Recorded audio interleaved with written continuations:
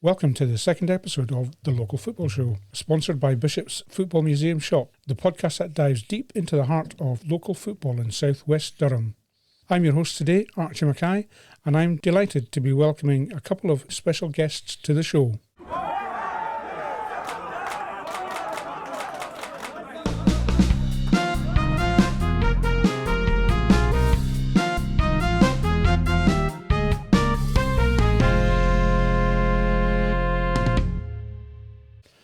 Okay, so joining us tonight are Fraser Reynolds, who's the chairman of the newly reformed Ferryhill Athletic, and also joining us tonight, Pete Sixsmith, a local Shildon fan, non-league groundhopper, Sunderland supporter, and a close friend of Santa Claus.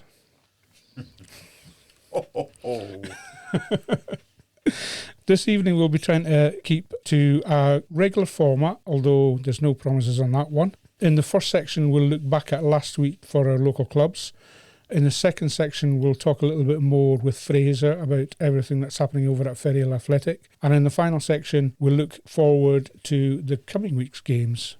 Thanks again to Bishop's Football Museum Shop for their sponsorship. And let's get on with the show.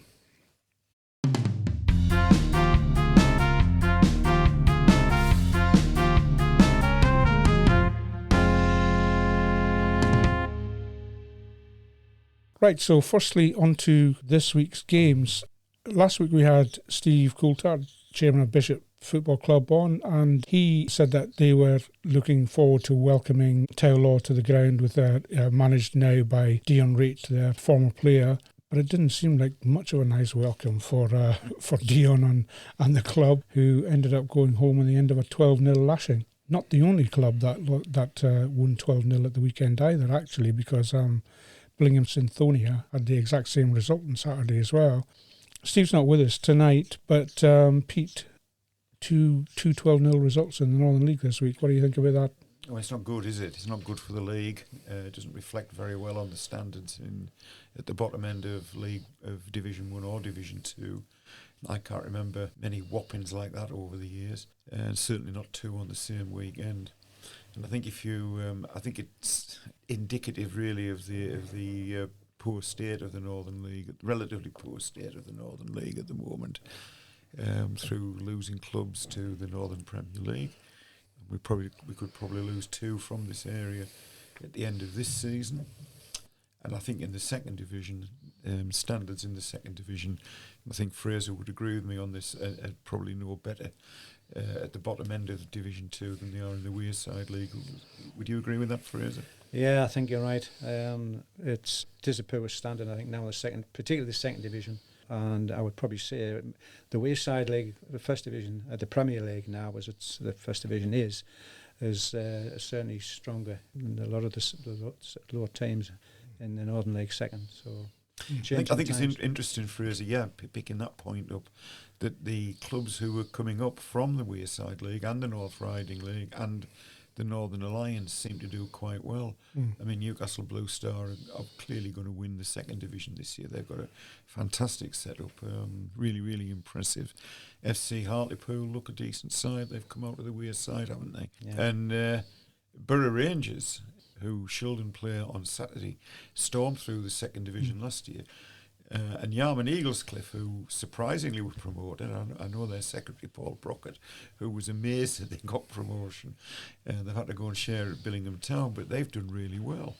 But the Brandons, the Ashwinnans, various clubs like that are just finding it, Sunderland West End, are just finding it almost impossible to keep up with these clubs who've got a little bit of momentum going in the feeder leagues. Yeah, so we'll be losing a few, I'm afraid. Yeah, and I mean, we spoke about this last week as well, because we did say that automatic promotion from the Northern League has essentially diluted the quality of the league as a result. I asked Steve about whether or not he thought that essentially what's going to end up happening is the Northern Premier League becomes Northern Football League Division 1 in a few seasons' time if everybody keeps going up there. It could do. I mean, you've also got to accept that clubs will be promoted from the Northern Premier League East into the Premier Division, and possibly higher than that. I mean, we've got ex-Northern League clubs already in National League North, and Spennymoor Town, South Shields, Darlington. We've got Morpeth and Mask in the Premier Division of the Northern Premier League. I think we've got more. I think the ambitious clubs in the league and the clubs who are well organised and well run will look to go into the Northern Premier League.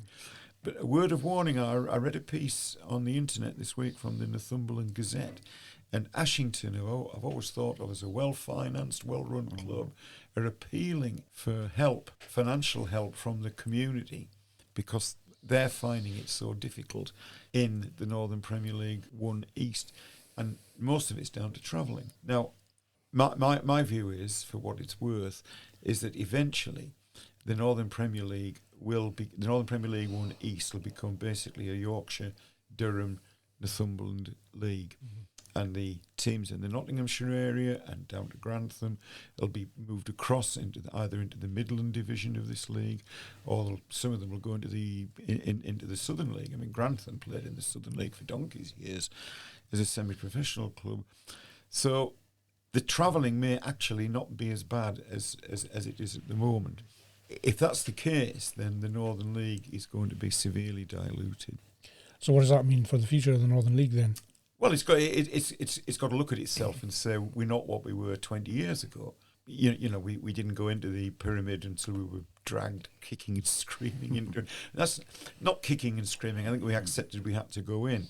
You know, we turned down a very good offer when the pyramid was first set up. We wouldn't have it. The people who ran the league then thought they should have fed straight into what became the conference, which was always a little bit fanciful. And we missed an opportunity there. And I also think that we had this run where we won the Vars, 8 years out of 12 or something like that, and that was seen as the limit of the Northern League club's ambitions. They wanted to win the Vars, but I think now clubs see that they've got to play at a higher standard. And I witnessed 2 years with Shildon in the Northern Premier League 1 East, and generally speaking, the standard was higher. The standard of football was higher. The standard of the grounds wasn't particularly good. Anybody who's ever been to Brighouse or Liversidge will tell you that. But the standard of football, it was a higher level of football. And if players want to improve, they'll only improve by playing at a higher level. So the Northern League, I think, I wouldn't say it's on its uppers, but it's got to look to itself, and it's got to look at particularly at its lower leagues and say, right, what do we want? How can we help? What can we do to maintain standards here? Because I think, as Fraser said, some of the Wearside League teams are as good as Northern League teams. Well, you've both spoken about that, about the ambition of some of those clubs coming up.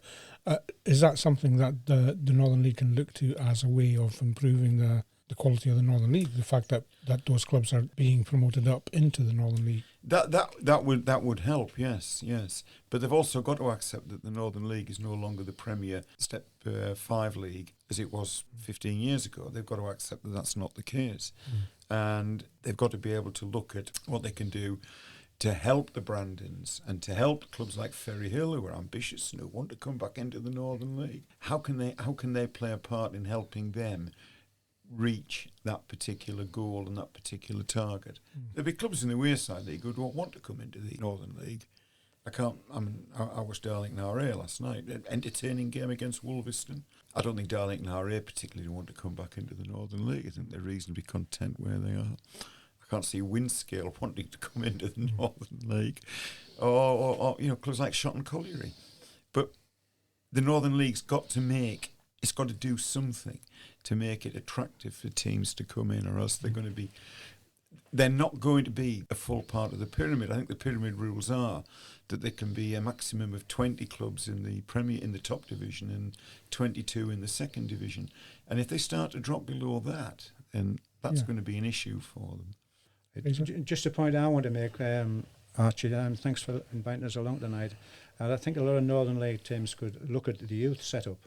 There's teams in the second division of the Northern League have never been interested in youth football, and my background's from youth football. And I've been involved in teams which have gone to Northern League clubs and they just don't want to know. They want a ready-made team. These Northern League clubs are not prepared to put a bit of money in or put a bit of time in to invest in local in the youngsters and develop their own players.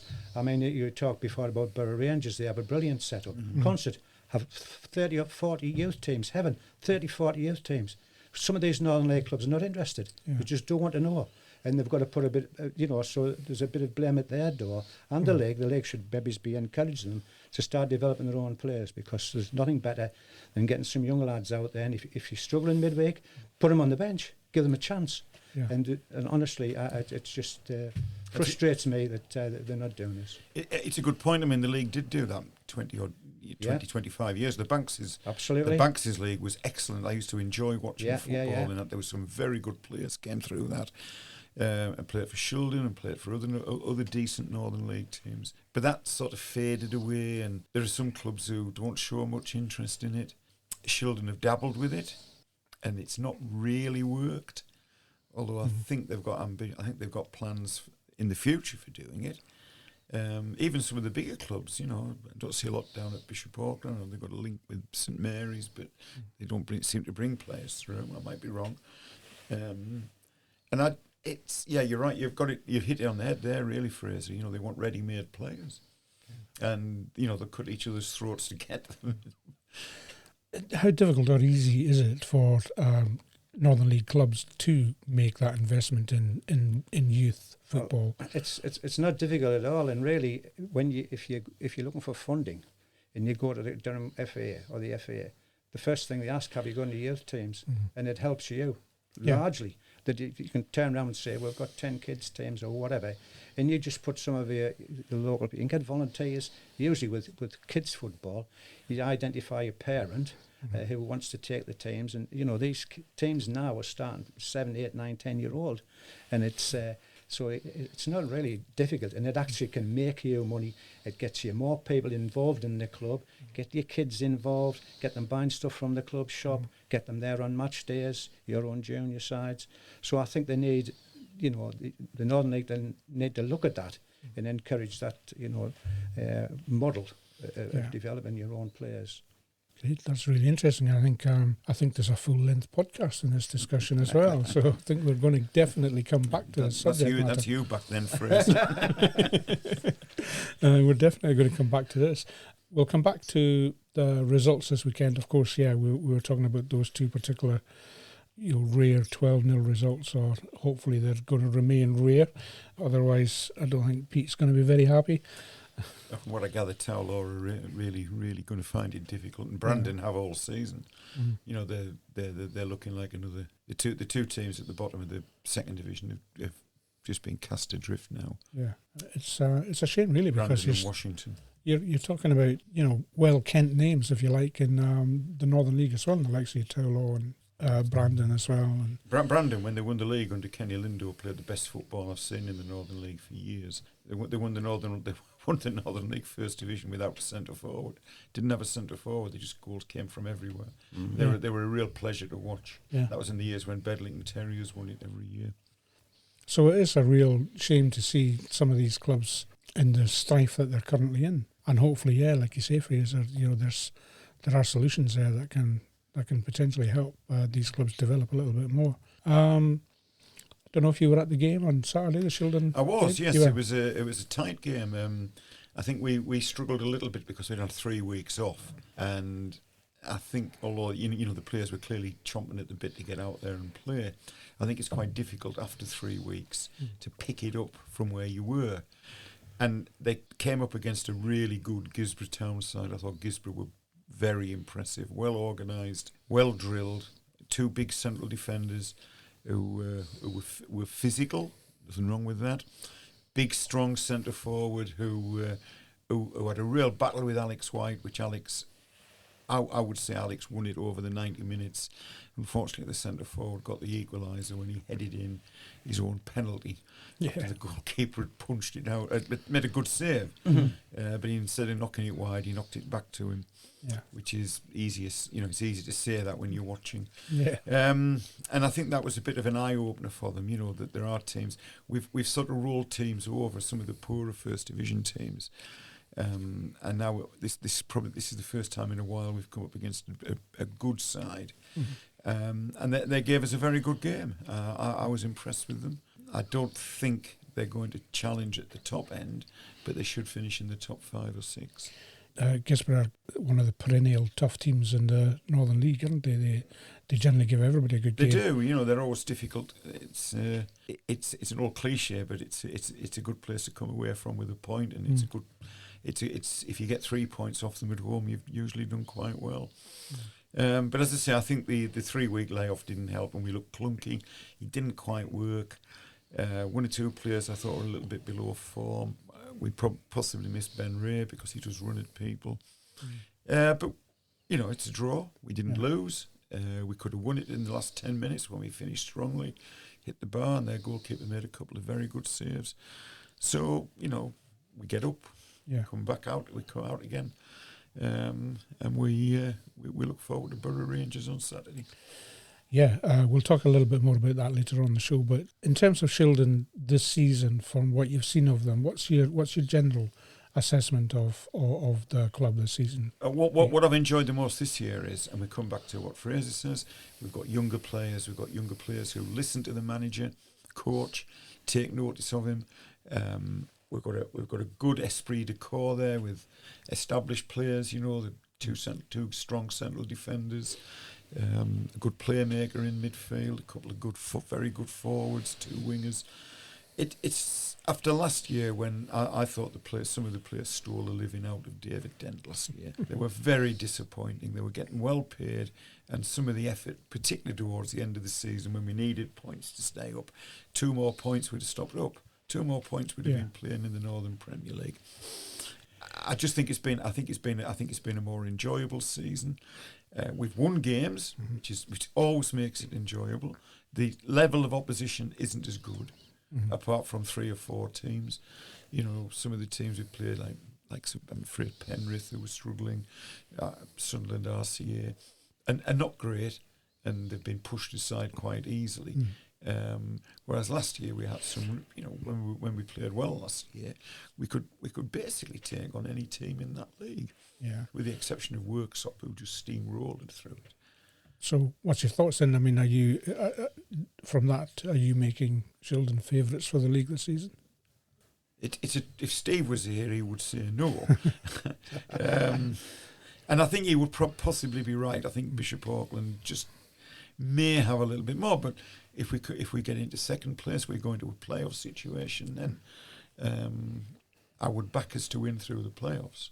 Well, the weekend's results didn't do Bishop Auckland's goal difference any harm anyway, because they're now 2 goals ahead of Shildon on goal difference as a result of that. We've still got Towler to play at home. Yeah, that's true. And Shildon remain the only team that's unbeaten in the league this season so far as well.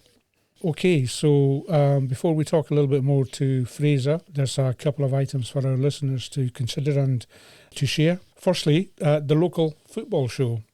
Are we all happy with that? Can you think of a better title? One that instantly identifies the show, its content, where it's streaming from? If you think you can do better, we want your suggestions. Head over to our podcast's page at Pitmatic Productions on Facebook and leave your suggestions there for us.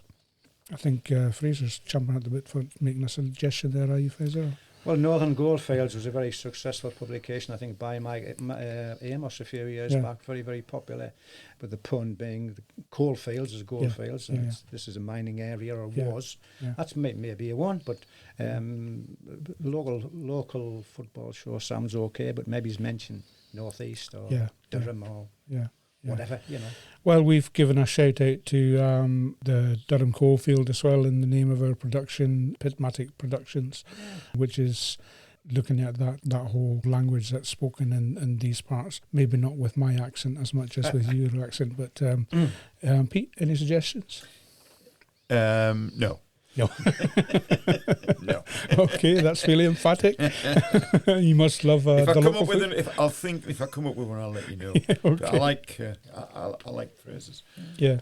Southwest Durham Goldfield, Durham Goldfield. Well, we'll have to maybe speak to Mike and see if we can get permission to steal his title. So Your mind.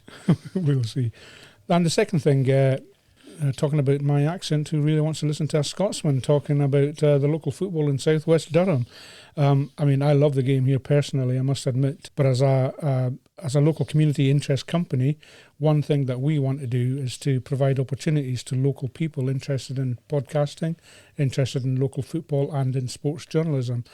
We're looking for a presenter to come and join the show, gain some valuable experience using modern podcasting equipment, albeit in an incredibly untidy looking studio at the moment, but I promise to tidy that up too if someone does want to join us. And if you do, email us at editor@swd.news to express your interest in presenting the show.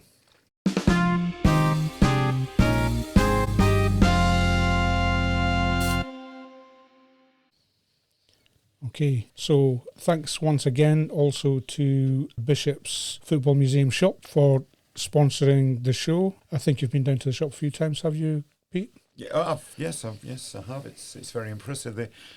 They've borrowed a lot of stuff from the Durham Amateur Football Trust. I mean, Steve's a member of the executive of the DAFT, and there's a nice reciprocal agreement that they can borrow the football trust stuff, and the football trust can borrow some of the Bishop's stuff, so it works nicely. Yeah. And what we do like is that the shop down in at the top end of Newgate Street, always worth a wander down to the top end of Newgate Street, count the empty shops on the way up, they revolve the exhibitions in there, so it's not entirely Bishop Auckland. There's stuff in there on Crook, on Shildon, on West Auckland, on Willington. And it's well worth popping into. Yeah, definitely. Yeah, we'll have to get some Ferryhill Athletic stuff in there as well sometime. We've got some game we can sell. Yeah, we'll see an exhibition down there at some point from Ferryhill Athletic too. And talking of Ferryhill Athletic, let's have a little chat to Fraser and find out a little bit more about what's happening over there. We'll come to that very shortly, but since we've been talking about this week's results, you were in cup action this week at Coxo and made it fairly comfortably into the next round of the Clem-Smith Bowl. Yeah, it was a good game. We've had a few weeks off and we're a bit rusty, but we started really, really well, and I felt really it was just a matter of when we got one, we'd get two or three. We hit the woodwork. Goalie pulled off some good saves, actually. He was a really good goalkeeper. 0-0 at half-time, but it wasn't for the one to try. And then early in the second half, we got our first goal. Matthew Agar with a fine header. And then we just gone from strength to strength. And we've run out comfortable 4-1 winners. But Coxo gave us a good game. It's a bit of a local derby. And it was we played at the Whitworth Academy, the new 4G facility, to just really to get the game on, because all the grounds are sodden at the moment, and it was good to get back and get a win under our belts. Yeah. And we had talking about young players, we had 3 18-year-olds in the team, and 18-year-old goalkeeper we brought up from Teesside, and they did really, really well. So we just move on now to the league game on Saturday, and we just got to keep it going. Yeah, it's that saying anyway as well, isn't it? It doesn't matter what age you are if you're good enough as well, isn't it? Absolutely. It's the same. When you see 16-year-old Wayne Rooney playing for Everton, and I mean, we're not, there's not many of them around, but it's right. If you're big enough and strong enough and good enough, why not? Yeah, exactly. Yeah. And we've got to thank Fraser a little bit as well, because Fraser does provide us with the match reports as the publishers of the Ferryhill and Shildon chapter. Yeah. So it's great that you do that, Fraser. Thank you very much for that. It fills the space for us in the paper. Right, no problem. It's quite look forward to it, and we put on our Facebook page, and any publicity, is worthwhile. Bad publicity they say, but if I can just put in there, and that's a fine example of what some Northern League clubs could be doing. Mm-hmm. That they're using the very local press. They're putting the reports. I've looked at the Ferryhill website, and it's really impressive and far better than some Northern League First Division ones, never mind Second Division. Yeah. So it's there. It's there for clubs to progress. And it's the digital age now, isn't it? And that's where people are getting their information. That's where we go on. I mean, we've got 1,000 people on our Facebook already in 18 months since we started. We've got over 1,000 followers, and it gets the message across. Yeah. As I say, it's the way of life. Yeah, move with the times. Yeah, and hopefully we can help grow that a little bit as well through the podcasts. And we obviously have the paper itself anyway that goes out in Ferryhill, but I think podcasts and the like are what's happening in this day and age, and it's where young people find their information, and hopefully they'll start to listen to this one on Spotify and the likes, and learn a little bit more about their local clubs. And with any luck, someone will hear it and come on and do some presenting for us as well. But let's talk about Ferryhill Athletic. How did the idea come about, to revive this famous name in Ferryhill, and how have things gone since? Well, if I can go back if you bear me time to go back to when the club was formed in 1921. Over a period of 50 years, Ferryhill Athletic were a very successful club. They won the Northern League 3 occasions. The first division of the Northern League, when it was only one division, and it was very hard. It was the glory days of local football, the Bishop Aucklands and the teams going to Wembley, and to win the first division of the Northern League and many cups. Ferryhill Athletic were a massive club with a massive following. They were right up there with the top sides, and it was a bit of a fluke because I ran the youth teams in Durham, and we went to senior football, and to be honest, I was trying to get a pitch in Durham and I couldn't, and we had some lads playing from Ferryhill, from Newton Aycliffe, Dalton, and one of the dads said, look, we've got teams in grounds and pitches in Ferryhill, come down. We had a meeting at the club, great support, great welcome, and it coincided 1921 with 2021, 100 years exactly to the day almost since Ferryhill were formed. So we thought, well, that sounds a good name. Well, we just changed our name, we adopted the colours, and we joined the Wayside League, which is the second tier, which is the first division now, 18 months ago, and we just missed out on promotion last year by 1 point actually in our first season. So we've got a good local manager, Lee Jewett, who is managing the Northern League, played for the town, and we have massive support. It's amazing. Even the old guys come out with the old scarves, the Ferryhill Athletic colours, the club, Workman's Club. We've got some great sponsors, and it's really, really going well. And we've had a ground inspection for it to go up, and the town council have provided the facilities at Dean Bank. Unfortunately, the old ground, which was on the main road, is long since gone. They've lost they had stands and floodlights and whatever, but things I think it coincided with the decline in the mining industry, to be honest with you. They had 2 massive collieries in Ferryhill, and when they went, like a lot of places in the 80s and 70s, 80s, it declined, and they lost the club. However, the lease for the ground is still held with the town council, Ferryhill Town Council. However, the problem we have is it's the main road, and they would need a roundabout there now, and you're talking about to go back there would be a lot of money. So we're looking at a new ground. We have had discussions, but we're working very hard at the moment to get the foundations right. And by that, we're talking about, we've got a good committee. We've got a meeting next week. We're talking about getting a board of management together, some directors. We've got local councillors, local business people interested. Very, very early days. As I say, we've looked at the ground with the potential of a 100-year lease. Very, very early days. But we've got to get them structures right before we go ahead. And we've talked about you. So we've got an under-18 development team. And just last week, Saturday gone, we launched what we call the Ferryhill Flyers, which are basically, believe it or not, reception year 1 and year 2 children, with a view of starting at under 17 next year. So they will then go to under 8s, under 9s, under 10s, all the way through. So it'll be a fully fledged, proper run club. So it's very important that we get all those things in place, and it's looking very positive. We need a couple of millionaires to come on board. If you know anybody that's out there who's you can have second dibs off them after us. I remember Kevin Keegan on about Sir John Hall saying, well, he was a multi-millionaire when I met him, but he's just a millionaire now. So it's good fun, and you've got to be ambitious. You've got to have something to wake up in the morning for, and aim for the top, and it's going to take a long time. You've got to be patient. So you mentioned Lee Jewett as manager there as well. I was going to ask, having reported through the chapter on the local football clubs over in Ferryhill, I seem to recognise a few of those names in your squad as well. So how have you got on with recruiting players? Well, we've picked a few lads up. We've got the club captain's J. White, a Ferryhill lad who's been at several Northern League clubs, Wellington, Brandon, and teams like that. He started his career at Middlesbrough, and unfortunately a knee injury had to curtail his career. Lads like Tom Ollie and Chris Carr, who was the goalkeeper, was at Newcastle as a youngster, and we've got some good young kids coming through as well. Ferryhill Town Youths we've got a couple of lads last season who Lee said I'll just put them on the bench, give them some experience. Anyway, this year they're in the team, and and there's some decent players. I mean, Ferryhill has got a good reputation for producing players, either that's played or come from the town.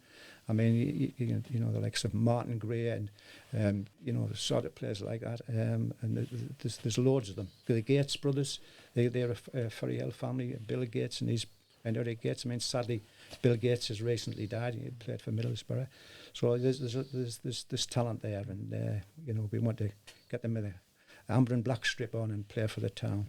Yeah, and they've got that whole catchment area to work with, haven't they? Big catchment area, yeah, a lot of rivalry. We've got a group called the Old Codgers, and they've even got a banner, and they stand on the corner and they get on about the Bishop Aucklands and the Spenny Moors, and the old rivalry still there,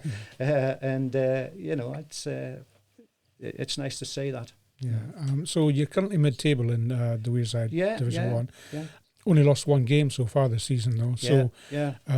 So how's the team finding it in that division, and how does the club feel about progress further up the divisions? I think that it's a strange league, the second division, and second tier, because there's a lot of Northern League reserve sides in. Mm-hmm. So to be honest, some weeks you don't know who you're playing. And I'm sure if the first team hasn't got a game, there might be the odd lad that is dropping down and helping the reserve side out. So it can be a bit unpredictable. But we've recruited, and we still recruit, and we're still looking for players. And the ambition is to get up there. We want promotion, and it's promotion for Ferryhill. It's not a matter of if, it's a matter of when, because this club should be back there in the Northern League. Yeah. So I think the squad's improving. It's a good squad. We've got more goals in the team than we had last year. Yeah, we'll push on and we'll make a good go of it. And in terms of that ambition, I mean, presumably the target is to get up into the Northern League, is it? That would be the aim. I mean, as I say, we're a long way from it, because there's nothing left of the old stadium that had floodlights and the clubhouse and stands. We're starting from scratch, so we'd have to be looking for funding from various bodies, and also for some private investment. We were looking for, as I say, we have some good sponsors who, I think, to be honest, they put a little bit of money in, and I think they're testing the water to see if we can make a go of it. And I'm quite confident that one or two of them might put a little bit more in if they see that we're going to make a fist of it. So we need a combination of private investment and FA funding, local council grants, and the town council are behind us. So but it's going to take a lot of time, and it'll take a few years. And I noticed on the Facebook page recently that you've put out a poster looking for volunteers. Always need volunteers. It doesn't matter. I mean, there's a job for everybody at the football club. Sure, my colleague tonight will, agree. I mean, even a guy just selling programs, somebody just marshalling people in. There's a lot of work. People forget. Somebody blows the balls up, somebody washes the kit. It takes a lot of effort to run a football club. So anybody with any spare time, any expertise, please come along. We'll find a job for you. I mean, I think that's one of the things that really impressed me when I moved down here. I mean, I support a bit of a larger club up in Glasgow that plays in green and white, and we won't talk very much about them this week in terms of football results. But in any case, coming down here and seeing how football worked at that grassroots level, it's just amazing how many volunteers are involved, how close-knit it is, and actually how ambitious everybody is as well, and how seriously everybody takes it. It's a great league, the Northern League, I think, has been in my experience, and non-league football in general from this level upwards, I think, is pretty impressive, actually. I think people don't actually realise how much it takes also to run a club at this level, do they? No, it does. It takes a lot of time, a lot of effort, and it's... But you get a reward when you win. It's awful when you get beat. It spoils your Sunday or your Saturday night. But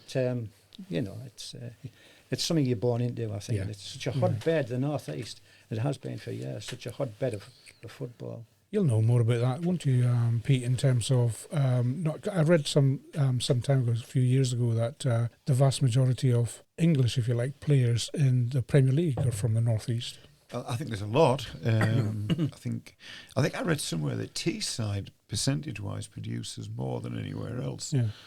Presumably they want to get away from Teesside, which you can perfectly understandable. So they play football, but you can't tell in the Premier League anymore because the players come from all over the world. Yeah. And we don't really have the outlet in full-time professional football up here. We don't have the middle-ranking clubs. You know, we've got 3 big clubs in the North East who will look around, and all 3 of them are beginning. You know, Middlesbrough have a very good reputation for bringing players through, which faded away a little bit under certain managers who didn't think it was the right thing, but they've gone back to that. Sunderland have got a very good, probably the best of the 3 academies at the moment, with a 16, 17-year-old playing in the first team. Newcastle are beginning to bring them through after years of not bothering. It's just that there's no intermediate step. You know, with Darlington being in trouble in the National League North and Hartlepool looking fairly stagnant in the middle of the National League, and in Hartlepool's case, just relying on odds and sods that they can pick up from anywhere. So there's a bit of a logjam there, you know. But players go away. Players do go away from the North East and do very well. Yeah. I just think we get caught out a little bit in that if our non-league clubs are up against teams from the big conurbations, Manchester, Liverpool, Birmingham, we tend not to get the number of players that clubs in those areas can have. I watched Spennymoor play Curzon Ashton on Tuesday night. Spennymoor going well in the National League North, Curzon Ashton bumping along in the middle, and Curzon Ashton with a better side by a long way. And one of the reasons for that is that they've got a much bigger catchment area to pick from, and lots of players who've been released by professional clubs, you know, Bury, Rochdale, Oldham at the bottom end, and of course these huge academies at City and United who just trawl anybody in from the age of 6 onwards. Yeah.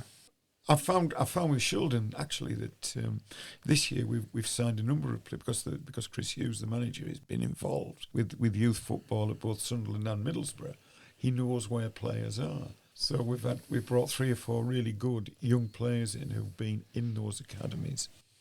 Whereas other Northern League clubs tend to sign established players rather than look at youngsters. Let's go back a little bit to Fraser and Ferryhill. Just wanted to finish that off by asking a little bit about if you can tell the listeners where games are currently played and what's your current home ground. Yeah, we play at Danebank Recreation Ground in the town. It's a nice ground, plenty parking there, nice park. And we really get good support. I mean, we've had 120, 130 people there. At the second division, second level, we don't take a gate, so to get in for nothing. But we do get some good support there. And I feel if the club takes off and we get up into the second to the Wayside Premier, I think that'll at least double, because Ferryhill used to get in the halcyon days we get 3,000 or 4,000 people there. Yeah. You know, and they're passionate about the football, but we're moving along there nicely. The problem is that although we'd like to stay there, the ground wouldn't be big enough. We don't feel it would be big enough to go up to Northern League level. We'd need a bigger footprint. But for the time being, it's nice and cosy, and we'll make people welcome to come along. They'll get a nice cup of coffee at half time and a chance to win a bottle of whiskey with a half-time draw. So, please come along, bring plenty of money. Well, that'll keep them warm during the winter. I think 120 is really impressive there, because if you look at the attendance figures in the Northern League, and the Northern League do publish the attendance figures, and they make sure that clubs issue them, which I think is excellent.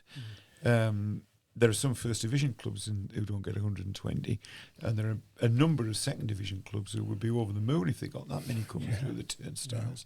So that's really impressive. And as Fraser says, the community will back the club if they see that the club's ambitious and they see that it's well run, which I'm afraid it wasn't towards the end of its life in the old Northern League. People will come out and watch it. Yeah, and talking about that, I think one of the teams that won 12-0 at the weekend had an attendance of about 71. So at the well, to be fair to Billingham and Synthony, they are playing in Stokesley. Yeah, they are in Stokesley. Because they haven't got a ground. I mean, they sold their ground, that's right. and they don't get on with Billingham Town. So the obvious thing would be to share at Billingham Town, but they don't. So they've gone to Stokesley. So to be fair to them, they're a long way from Billingham. And the Wearside League is a Saturday league as well, isn't it? Saturday league, yes. Very well run league. It's the first involvement I've had with the Wearside League, and Kevin Harrison, the secretary, Peter Maguire, the chairman, and they're all spot on. They're great. They're proper football. When I would say proper football people, elderly.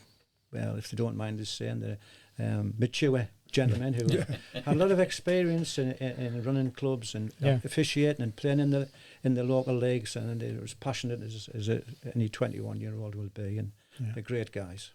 Okay, well, thank you very much indeed for that, Fraser. And so let's move on to the final section of the this week's show, and we'll try and have a look at this week's fixtures and have a little chat about how we see them going, and that'll take us up nicely to the hour, I'm sure.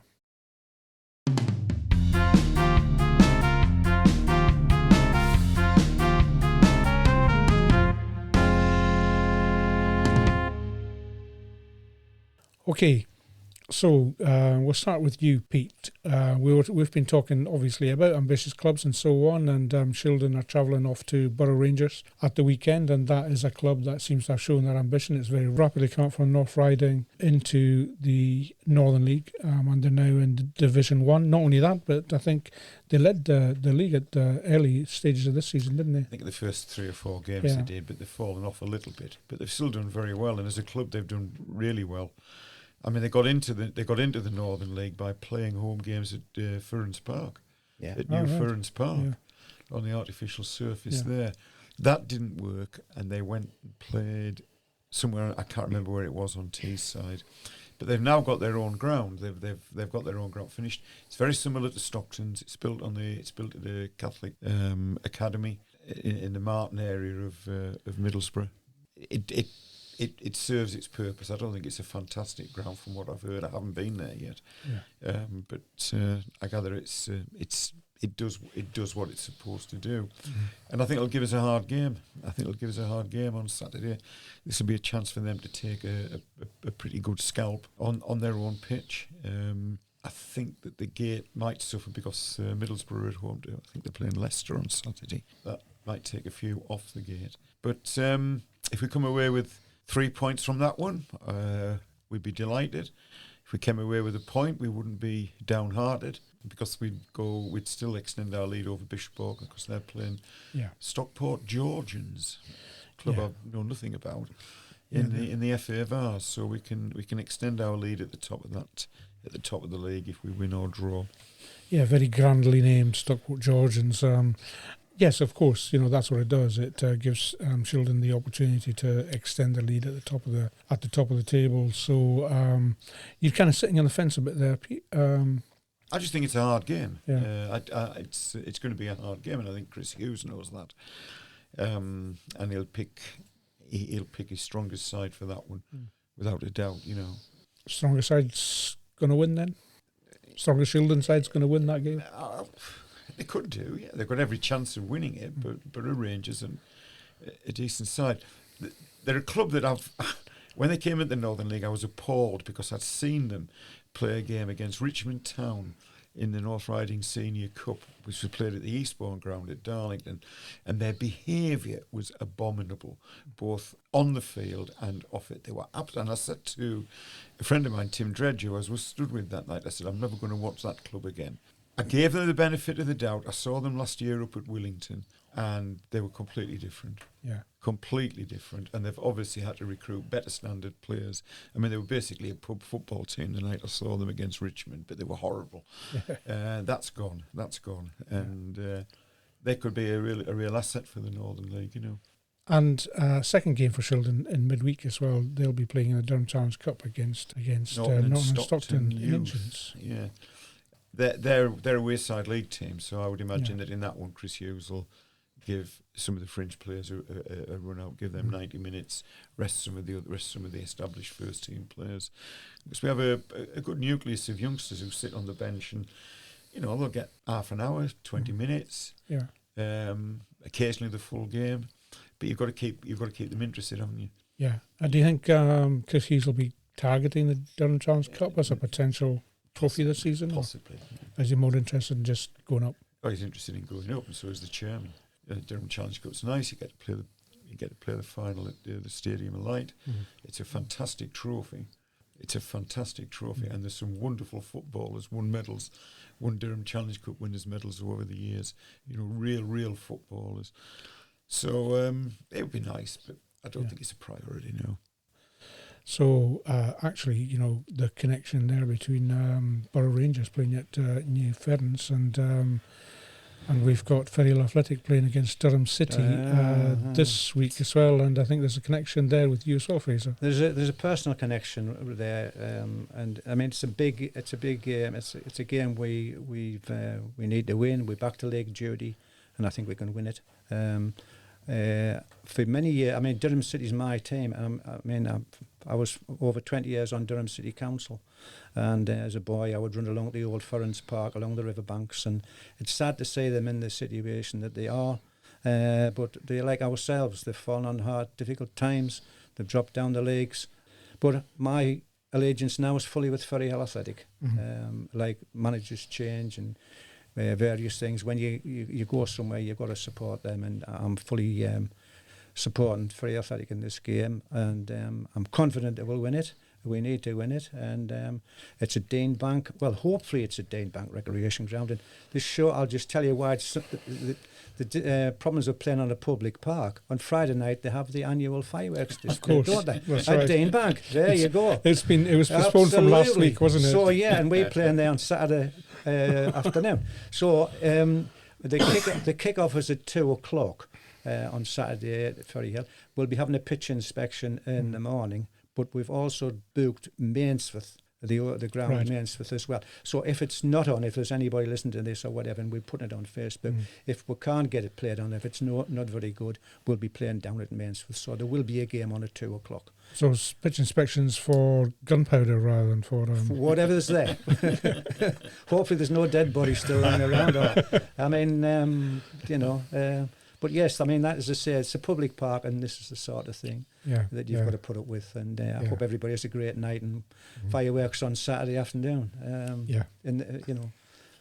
Fireworks two days in a row. And I hope our manager isn't the guy sitting on the top of the bonfire. Because the old Ferryhill side, the old Ferryhill side played at Ferns Park, didn't it? They did. They had a couple before they went out of the Sadly, they had that was the old Ferns Park, wasn't it? Yeah, when the balls used to finish up in the river.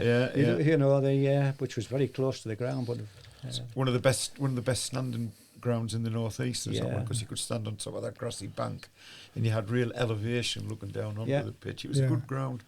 Sadly, it's gone. There you go.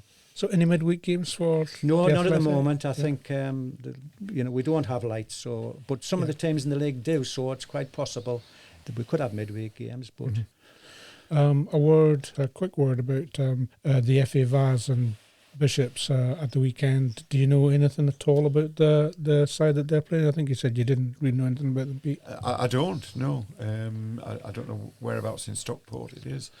They're in the North West Counties League. The Bishop must fancy their chances there. They really must fancy their chances there.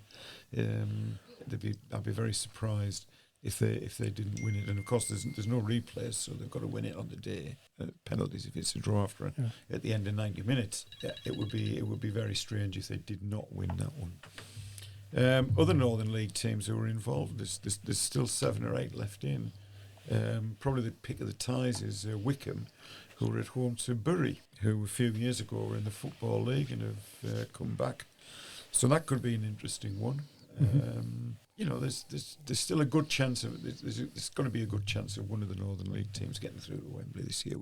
It's a while since we were there, and we've had places like Newport Pagnell winning. Well, I know I've been to Newport Pagnell, and it's got some very expensive garages. Ascot won it 2 years ago. Yeah. I went to Ascot with Shildon when we should have got to the final. I was there for that replay, and I went with my friend, and we were looking at there were 2 car showrooms in the town, and the cheapest car in either of them was £28,000. That was the cheapest car. Cheapest house was about £180,000. Yeah, that was a few years ago, and yes, I think you're right. Shildon did well that evening, but they didn't, alas, make it to the final. But that's another story. That's another story, isn't another it? podcast for us. Yes. Steve Coulthard, I was speaking to him last week, obviously, as I've mentioned a few times, and I think he seemed reasonably confident that they would go down there, and you had a very good chance of coming away with a win as well, and I'm sure they'll be going full of confidence after the weekend's result. I think they must be looking at the Vars this year as well. If they go up, it'll be their last chance they've got to play at Wembley for a long time. Yeah, he did say that. And they've never done, actually, I'm not sniping at them, but they've never done anything in the Vars. They've been hopeless in the Vars over the years. Well, I think Steve did say that. I think he realises that in terms of the ambition of the club and the dilution of the Northern League, giving them much more opportunity to be promoted now as well, means that this is quite possibly the last chance that they'll get to win the Vars as well. And as he said, if you go up, you're not in the Vars anymore, and significantly... You're not going to win the trophy from National Premier League 1 East. Significantly different prospect of trying to win the trophy, yeah. Okay, well, I have to say thank you very much to Fraser Reynolds for coming and joining us this evening. Thank you. And Pete Sixsmith for the same. Thank you very much. And I hope that was of interest to all of you listeners out there. And like we have said during the show, please do get in touch with us. If you've got any questions, anything that you'd like us to talk about on the show, please get in touch with us. And if anybody out there fancies a wee go at running this desk, get in touch with us as well. In the meantime, thanks again to Bishop's Football Museum Shop for sponsoring the show, and we'll see you again next week.